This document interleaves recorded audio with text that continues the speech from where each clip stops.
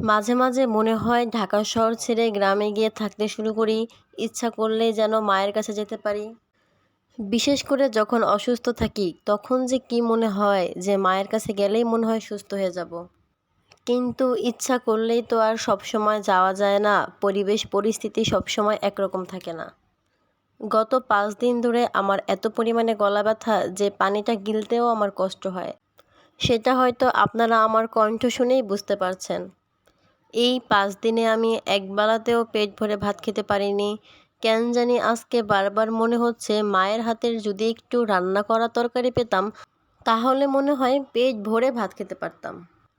ঈদের সময় যে বাসায় গিয়েছিলাম তখন মা সেমাই রান্না করেছিল।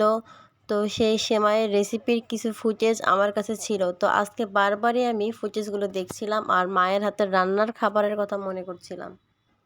এখানে হচ্ছে গরুর দুধ আস্ত গরম মশলা আর চিনি দিয়ে ভালোভাবে জাল করে নিয়েছে, আর এর মধ্যে এখন লাচ্চা সেমাই ভিজিয়ে দিচ্ছে।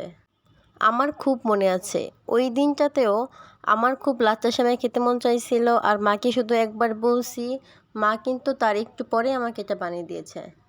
মাঝে মাঝে ভাবি আগে তো আমি হোস্টেলে থাকতাম, সেখানের খাবার খেতে আমার একদমই ভালো লাগতো না। খুব মনে আছে অনেক সময় আমি খাবার সামনে নিয়ে কান্না করতাম। কিন্তু এখন তো আমি নিজেই রান্না করি, আর কত ধরনের খাবার রান্না করি, মায়ের থেকে রেসিপি জেনেই রান্না করি।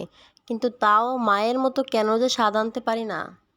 আমি জানি মায়ের মতো রান্নার স্বাদ আমি কোনো দিনই আনতে পারবো না। তাও মায়ের রান্নার মতো স্বাদ আনার চেষ্টা আমি সারা জীবনই করে যাব। এতেও একটা আলাদা রকমের তৃপ্তি আছে। মায়ের হাতের রান্নার কাছে পৃথিবীর সব দামি দামি মজার মজার খাবারও কিন্তু হার মানে। সবার মা সবার কাছে সেরা রাঁধুনি। দোয়া করি পৃথিবীর সব মায়েরা সুস্থ থাকুক, ভালো থাকুক, আর তার সন্তানদের প্রিয় খাবারগুলো রান্না করে খাওয়াক।